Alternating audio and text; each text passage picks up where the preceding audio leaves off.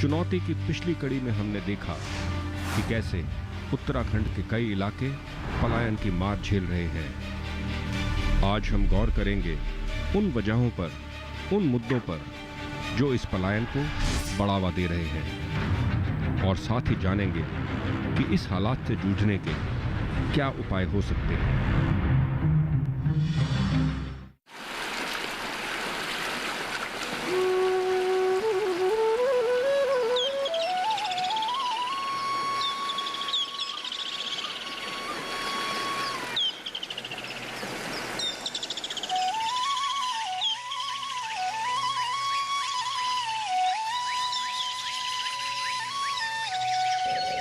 इस खूबसूरती को हमेशा के लिए छोड़कर भला कोई कैसे पलायन कर सकता है। खूबसूरती तो जिंदगी में ऊर्जा देती है।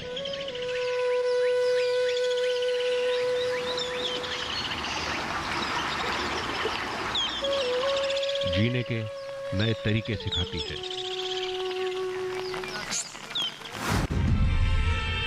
लेकिन ये पलायन दर्दनाक सच्चाई है उत्तराखंड के ज्यादातर हिस्सों की,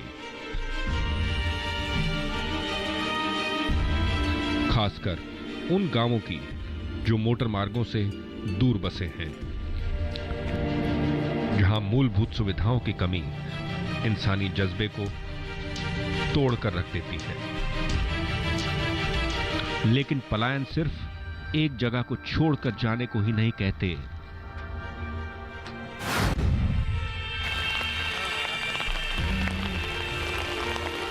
किसी एक जगह पर टिककर ना रहना भी पलायन का ही रूप है। उत्तराखंड में इसको चरितार्थ करते हैं ये खानाबदोश गडरिए।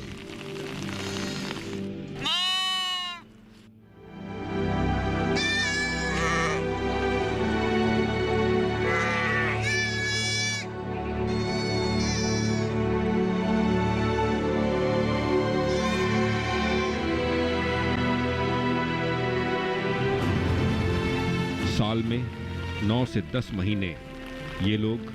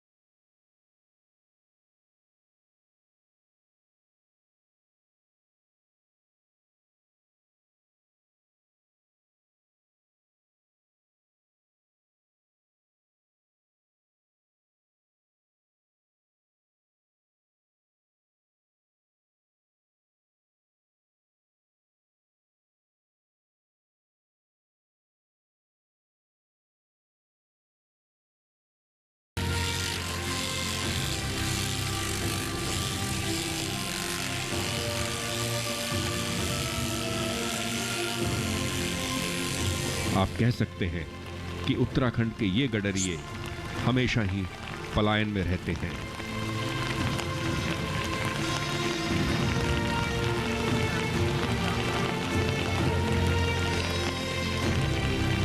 इनके लिए सबसे जरूरी है अपनी भेड़ों और बकरियों के लिए चारागाह तलाश करना।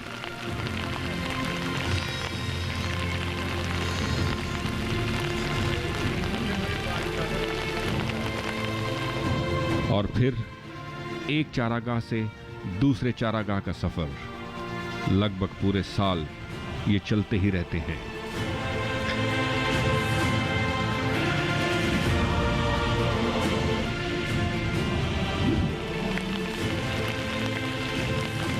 मौसम की हर मार को झेलते हैं ये गडरिए, और खाना भी इन्हें डेरा डालने के बाद ही नसीब होता है।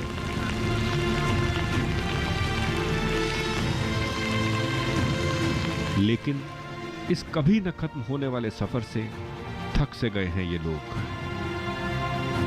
अब इस पेशे में वो बात नहीं रही, वो आमदनी नहीं रही जो पहले हुआ करती थी। बहुत कुछ बदल गया है।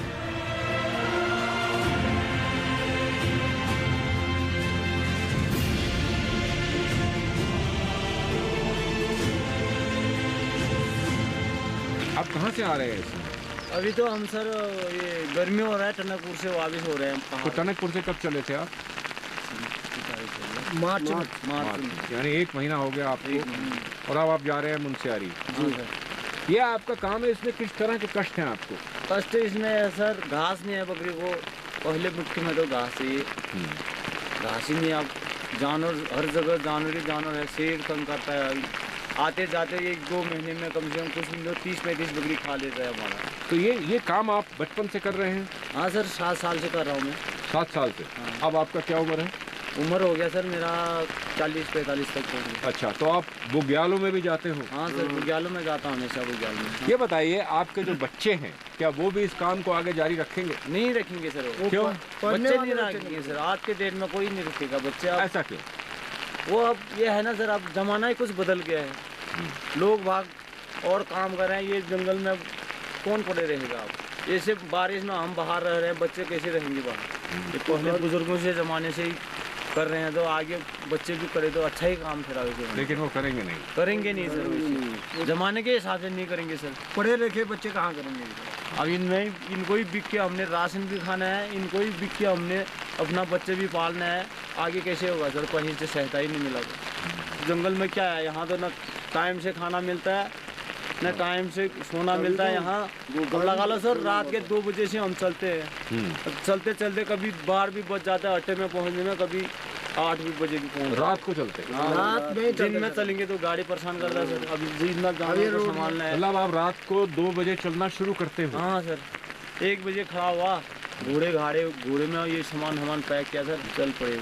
और ऊपर पहाड़ जहाँ हमारा लास्ट ये चाइना बॉर्डर है, वहाँ भी गया। वहाँ तक गया? हाँ सर, चाइना बॉर्डर तक? हाँ, चाइना बॉर्डर तक। अभी ये जून जुलाई में तो मैं वहीं जाऊँगा सर सीधा ही। China border? हाँ, पास बनाऊंगा मुनस्यारी से स्टेशन के वहाँ से। अच्छा, तो तो चाइना बॉर्डर में कौन सी जगह है जहाँ जाएंगे? वहाँ है सर लपथल। लपथल? हाँ, ये वहाँ से आता है सर, वो गढ़वाल से भी होते आता है भी वो। आता है।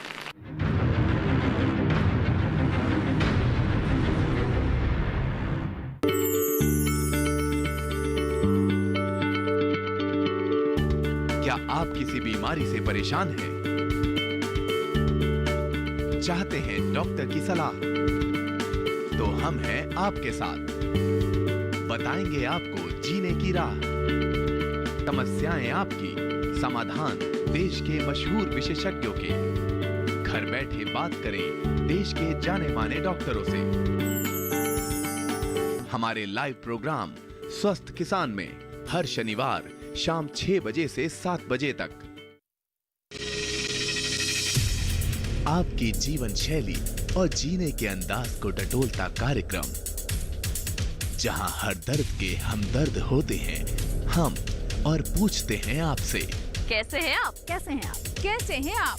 जीवन को एक नए अंदाज से जोड़ता एक ज्ञानवर्धक कार्यक्रम कैसे हैं आप? रविवार सुबह 10:05 पर।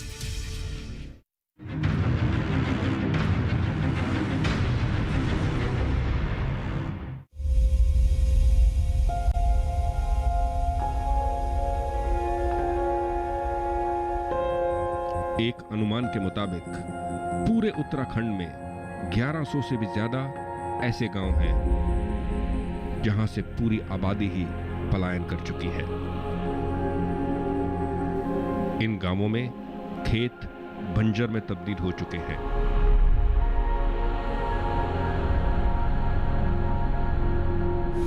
घर के बाहर लगे तालों में जंग लग चुका है और कई जगह तो ये सूने पड़े मकान खंडहरों में बदलना शुरू भी हो चुके हैं। जाहिर है, अगर रहने वाले ही नहीं होंगे तो इन गांवों से जिंदगी ही लुप्त हो जाएगी। अंग्रेजी में ऐसी जगहों को कहेंगे घोस्ट विलेज, यानी कि भूतों का गांव।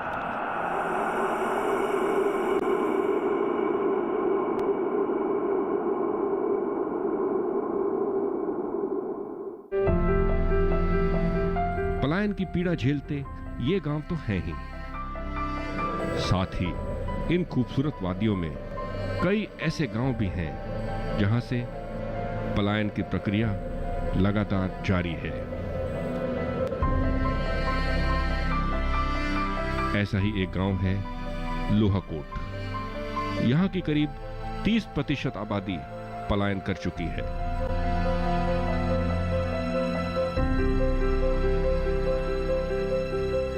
लोहाकोट के ग्राम प्रमुख हैं शंकर सिंह सामंत।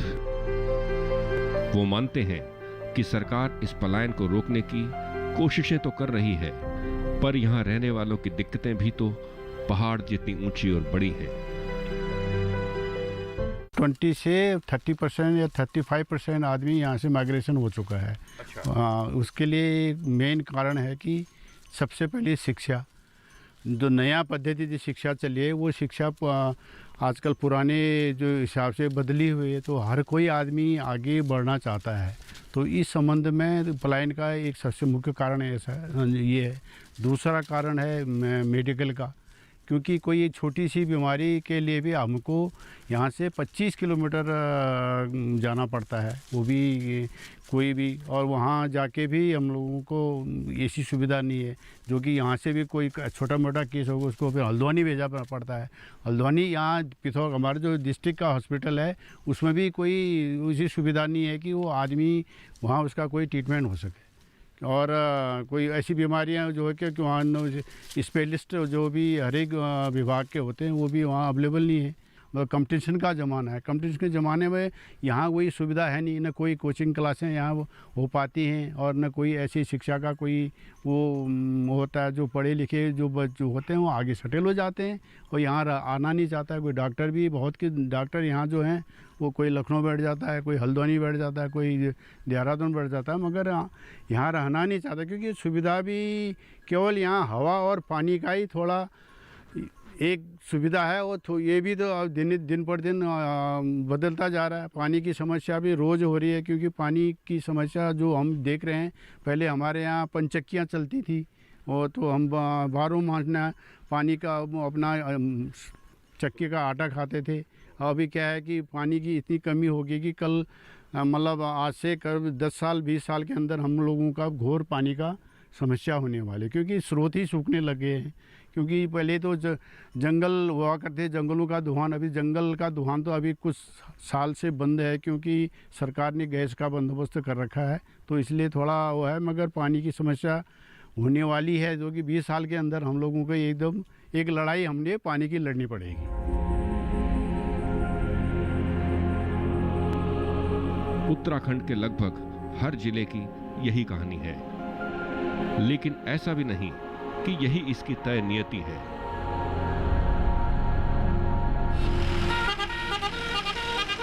सरकार कई स्तरों पर कदम उठा रही है इस पलायन को काबू में करने के लिए।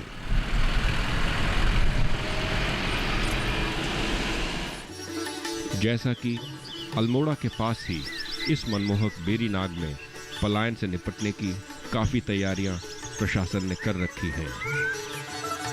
यहीं के सबसे वरिष्ठ अधिकारी विवेक प्रसाद बताते हैं, शासन ने काफ़ी प्रयास किया है कि इसमें जो है पलायन रुके लोगों का, और इस संबंध में गवर्नमेंट काफ़ी प्रयास कर रही है। गवर्नमेंट जो है लोगों को प्रमोट करने के तमाम चीज़ें स्कीम चला रही है। मैं चमोली में इसके पहले रहा हूँ, 3.5 साल मैं चमोली डिस्ट्रिक्ट में काम किया, मैं SDM रहा हूँ और यहाँ भी मैं काम कर रहा हूँ। तो गवर्नमेंट काफ़ी स्कीम्स आती हैं, जैसे गाँव में लोग वहाँ पौधे दिए गए, लोगों को लगाएं, पेड़ पौधे लगाएं अपना, और काफ़ी उन्हें खेती के लिए प्रमोट किया गवर्नमेंट ने, और इस टाइप की स्कीम चल रही है। इसलिए जो यहाँ पे जो रेयर प्लांट्स होते हैं, मेरा कहना ये है मेडिसिनल प्लांट्स हैं, रेयर प्लांट्स हैं, उनको लगाया जाए जिसमें कमर्शियल सी वैल्यू जैसे प्लांट्स की हो, उसमें वो बेनिफिट मिलेगा, तब वो रुक पाएंगे। यहाँ पर इंटरनेट है, सब अच्छी स्पीड यहाँ पे है और सब सुविधाएं मिल रही हैं। देखिए मटेरियलिस्टिक आउटलुक हो गया है आदमी का, तो मटेरियलिस्टिक आउटलुक है तो जाहिर है कि पैसा तरफ भगेंगे लोग। उनका अपने गाँव से समाज से दूरी बढ़ा रहे तो गलती उनकी है। उनको सही समझना चाहिए कि उनका गाँव उनका है, शहर उनका है, राज्य उनका है, तो अपने राज्य के योगदान करें। यहाँ पढ़ाई किया, पैदा हुए, यहाँ पढ़ाई किया लोग, इसके लिए काम करें लोग। तो इसमें एक भावनात्मक अटैचमेंट जरूरी है उनके लिए है। अगर नहीं रहेगा तो उसका प्रभाव पड़ेगा।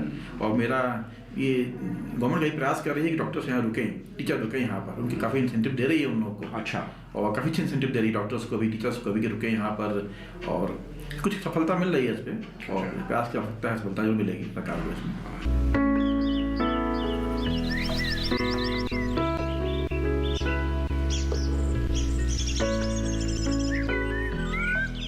उत्तराखंड से पलायन का सिलसिला यहाँ के पर्यावरण से भी जुड़ा है।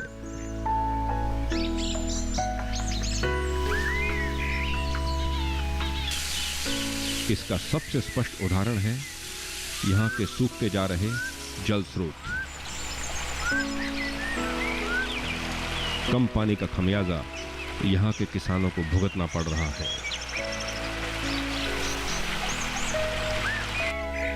कम उपज का मतलब परिवार के पालन पोषण के लिए कम पैसा, शायद बेहतर भविष्य के लिए इन्हें पलायन में उम्मीद की किरण दिखती है। कुमाऊं विश्वविद्यालय के पूर्व इतिहास प्रमुख और पूरे उत्तराखंड की जानी मानी शख्सियत हैं डॉक्टर शेखर पाठक। पलायन सिर्फ बुरे के लिए होता है, ये कहना ठीक नहीं होगा, ऐसा मानना है डॉक्टर पाठक का। अगर शुरू से शुरू किया जाए तो दरअसल जो माइग्रेशन है या आउट माइग्रेशन है, वह एक तरीके से ह्यूमन हिस्ट्री के प्रारंभ से ही वो शुरू हो गए थे। एक ज़माने में एथनिक माइग्रेशन होते थे, एक डिफ़िकल्ट ज्योग्राफी से एक अपेक्षाकृत सरल ज्योग्राफी की तरफ, कंफर्टेबल ज्योग्राफी की तरफ लोग माइग्रेट करते थे। बड़ा स्वाभाविक था ये पुराने ज़माने की थी, लेकिन अभी वो हमारा विषय नहीं है। अभी हम जिस माइग्रेशन की बात कर रहे हैं एक तरीके से वो वाला माइग्रेशन भी नहीं है जो गिरमिटिया लोगों के माध्यम से हुआ, जो एक देश से दूसरे देश की तरफ हुआ, या जो अफ्रीका से अमेरिका में हुआ, या जो यूरोप से अमेरिका में हुआ। अफ्रीका से गुलाम बन के वहाँ गए, यूरोप से आप राज करने के लिए वहाँ गए, तो दो अलग अलग तरीके के माइग्रेशन हुए। हमारे यहाँ से गिरमिटिया गए, बाद में से उनमें से पॉलिटिकल सोशल लीडर भी बने। जो अभी जिस माइग्रेशन की बात हो रही है उत्तराखंड के संदर्भ में, और यहाँ के खास यहाँ की पॉलिटिकल इकोनॉमी, यहाँ की इकोलॉजी को समझने के संदर्भ में, वो माइग्रेशन एक बिल्कुल भिन्न तरीके का परिदृश्य है। अगर उत्तराखंड को हम पिछले 150-200 साल की हिस्ट्री में जाएं, तो आप देखेंगे कि अंग्रेज़ जब आ रहे हैं सिगौली की संधि के बाद 1815 में, तो हमारे यहाँ से माइग्रेशन की कोई परंपरा नहीं है। बल्कि ये हुआ कि मेडिवल टाइम्स में अलग अलग जगहों से लोग माइग्रेट करके यहाँ आए और उन्होंने यहाँ के समाज को बनाया। और उससे पहले जो एथनिक माइग्रेशन हुए, उसमें जो पुराने निग्रोइड्स थे, फिर उसके बाद कसाइट्स थे, फिर उसके बाद मंगोलोइड्स थे, वह क्योंकि हम एक बॉर्डरलैंड में रहते हैं, तो चारों तरफ से अलग अलग तरीके के लोग यहाँ आते रहे, सेटल होते रहे। शुरू में उनमें कॉन्फ्लिक्ट रही, फिर धीरे धीरे कंप्रोमाइज़ हुआ, और फिर उसके बाद एसिमिलेशन हुआ। तो इस तरीके से आज की हमारी बहुत मिली जुली उत्तराखंड का जो सोसाइटी है उसका निर्माण हुआ। तो ये पहली बार अंग्रेज़ों के आने के बाद टूटा, जब लोगों ने अपने गांव से बाहर आना शुरू किया। कुछ नए इंटरवेंशन हुए, जैसे मैंने बताया हिल स्टेशन, जैसे मैंने बताया कैंटोनमेंट्स, जैसे फिर एक बड़ी इवेंट हुई कि रिक्रूटमेंट इन द आर्मी हुई, जो एक तरीके से बिगिनिंग ऑफ आउट माइग्रेशन हमारे यहाँ से थी, लेकिन वो बहुत मिनिमल थी। आज़ादी के बाद दो तरीके से पलायन हुआ। एक तो ये हुआ कि जो आप ऐसी आर्थिक स्थिति में हैं कि आपको विवश होकर बाहर जाना पड़ा, उसमें ज़्यादातर आप अनस्किल्ड बन के गए, तो भनमजुआ बने, मामूली रेस्टोरेंट्स में, होटलों में, घरों में नौकर वगैरह बने। लेकिन दूसरी ओर शिक्षा में इजाफा हुआ, तो शिक्षा के इजाफे ने क्या हुआ, शिक्षा एक तरीके से आपको पंख दे देती है उड़ने के लिए, और अगर वो अच्छी शिक्षा है तो वो एक एडिशनल फ्यूल आपको देती है फ्लाइंग के लिए। और स्वाभाविक है कि वो आप बाहर जाते हैं और वो जाएंगे, इसमें कोई बड़ी बात नहीं है। कभी कभी माइग्रेशन को यानी कि पलायन को कंडम किया जाता है। तो मैं ये कहना चाहता हूँ कि पलायन बहुत सारे ऑप्शंस आपको देता है चेंज के, और दुनिया में क्या हो रहा है उसके साथ अकोमोडेट करने के, क्योंकि दुनिया छोटी हो गई है। पलायन आपको खिलने के मौके देता है, उड़ने के मौके देता है, लेकिन पलायन की एक सीमा होनी चाहिए। उत्तराखंड के ही नामी पर्यावरणविद हैं अनूप शाह। शायद ही यहाँ का कोई इलाका हो जो इनकी निगाह से बचा होगा। कैसे देखते हैं वो पहाड़ों से हो रहे इस पलायन को? पिछले 50 सालों से मैं पहाड़ों में घूम रहा हूँ, और आपने सही मुद्दा उठाया। जो पलायन का जहाँ तक सवाल है, उसके एक रीज़न नहीं है, कई रीज़न है। उसका एनवायरनमेंट से जुड़ा हुआ है, वाइल्ड लाइफ से जुड़ा हुआ है, और दूसरा नौकरी की चाहत और कमाई वगैरह, तो कई मुद्दे हैं। तो मैं जो शुरुआत करूँगा, एक तो जो ये फॉरेस्ट है हमारे, तो ये बहुत तेज़ी से डिटोरिएट हो रहे हैं, और दूसरा ये एसिड रेन्स वगैरह हो रहे हैं, लाइकेंस ख़त्म हो रहे हैं। उससे ये होता है कि आपका इन्वायरमेंट डिटोरिएट हो रहा है, तो खेती में आपके सॉइल वगैरह भी डिटोरिएट करती है, जिससे लोग, आपने कहते हुए सुना होगा कि आप पहले फसल बोते थे, अब होती ही नहीं है, उसमें हमें कोई फ़ायदा नहीं हो रहा है। तो बर्ड्स, इंसेक्ट, कीड़े ज़्यादा हो गए, बीमारियां बढ़ गई, तो वो एक बहुत बड़ा कारण है कि हम बर्ड लाइफ, मैं अगर कहूँ जोलीकोट और ये आसपास की अगर बात करूँ, तो वहाँ पे 1/4 बर्ड पॉपुलेशन रह गई। तो इसमें कोई अतिशयोक्ति नहीं है। जो हमारे देखते देखते हुए जड़ी बूटियाँ कम हो रही, ये हो रही, तो कई चीज़ का रोल है। कई एंटीबायोटिक की तरह सॉइल में कई उसको रिच करती है, माइक्रो ऑर्गेनिज्म डेवलप होते हैं, वही बह के किसानों के खेतों में जाते हैं। अब वो पत्ते नहीं रहेंगे, ये नहीं रहेंगे, और पोरोसिटी सॉइल की कम हो रही है, तो ये एक भी बहुत बड़ा फैक्टर है। पलायन की मार को कितना और झेलेगा उत्तराखंड?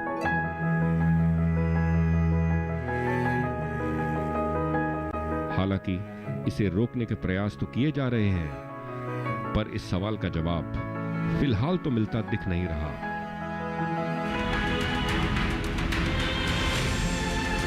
पर उम्मीद की जानी चाहिए कि कष्ट के ये बादल जल्दी ही छटेंगे।